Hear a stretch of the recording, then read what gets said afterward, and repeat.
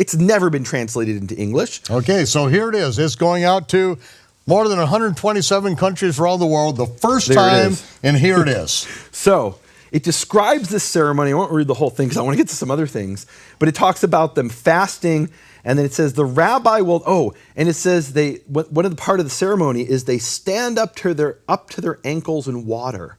Which seems really strange.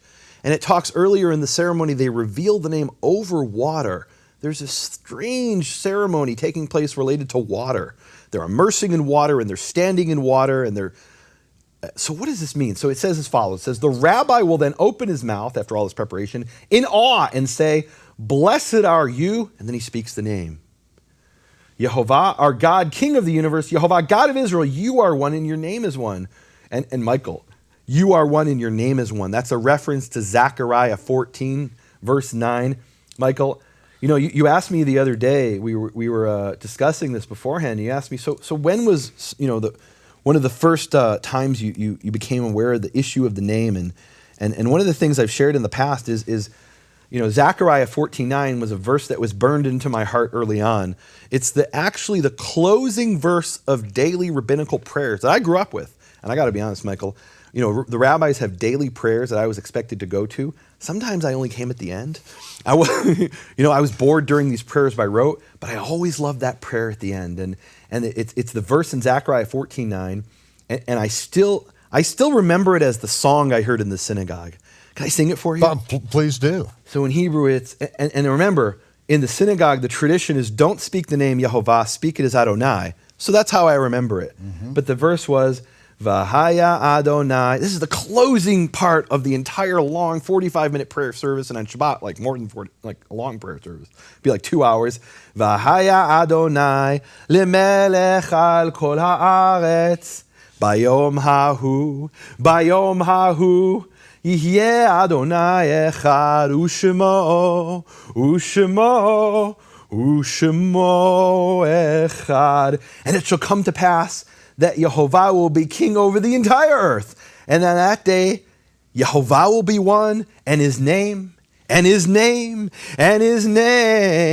will be one. So that just gets into every fiber of your being when you hear this day after day, week after week. And I remember being there in the prayers thinking, what they just did for 45 minutes, I'm so bored. But this I connect to. The hope that one day Yehovah will be king over the entire earth, here on earth, not in some kind of mystical sense, but we'll have peace over the entire earth with Yehovah as our king, having defeated our enemies, bring peace to the world, and everyone will call on his name will be one. Everyone will call on his name. So that was early on, without even realizing I was being tied to the name, that just permeated my very soul. And that's the verse that the rabbi is referring to here when he makes the statement, blessed are you. And when he says it in the ceremony, he doesn't say, blessed are you, Adonai. He says, blessed are you, and he says the actual name, Yehovah. He says, blessed are you, Yehovah, our God, King of the universe, Yehovah, God of Israel. You are one, and your name is one. And he says, you commanded us to hide your great name. Where did he command that? That's in the oral tradition, right? And so as part of that tradition, we have to hide the name, but we're not blotting out the name, so we're transmitting it to our disciples. And I'll skip ahead here. He has a bunch of blessings, and then it says, the rabbi and his disciples shall place their eyes upon the water. And then they speak together in unison, the rabbi and his disciple, and they speak the name, and they speak the name by quoting a verse, Psalm 29:3. Now, 29:3 says, the voice, in the King James, the voice of the Lord is upon the waters. It's not a bad translation. It's the voice of Yehovah is upon the waters. But the way they understand the verse and the way they translate it, they're saying it in Hebrew, but the way they understand the verse, which is a valid way of understanding it, is the sound of Yehovah upon the water. And so at that moment, they both recite together the verse based on their interpretation, the sound of Yehovah upon the water. And at that moment, the rabbi has spoken it once by himself and a number of times by itself. The disciple heard it after this whole ceremony, and then they speak it together to make sure the disciple heard it correctly. And this is something that the rabbis were doing in 1225. So this idea that, the Jews might have known the name in ancient times, but because of the ban, they forgot it. That's not consistent with the Jewish sources. And remember, this is a source that most scholars don't know about. I found this buried in a series by a professor named Joseph Dan. He's one of the top scholars in the world in Judaic studies. He won the Israel Prize, which is the Jewish world's equivalent of the Nobel Prize, but for Jewish studies. I did an interview with him, and he wrote a 6,000-page series. It's like 12 volumes or something so far, and it's going to be more in the end. But so far, he's written 6,000 pages. On volume 6, page 561, he explains that this isn't just some theoretical thing. He says this is something Rabbi Elazar did.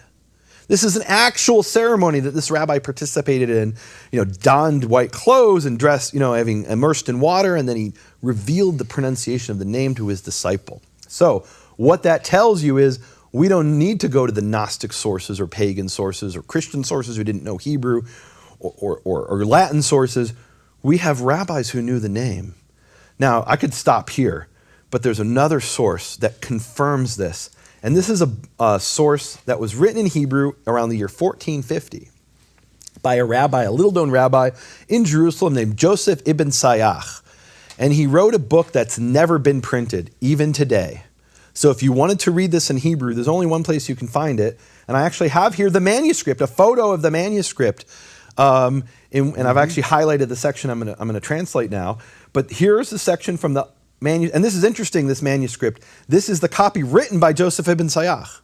Not only was it never printed, but it was never even copied. This is the original. This is the original by the author. There's only one copy that ever existed, and we have his copy. And in this book, he answers a series of questions that people sent him as letters.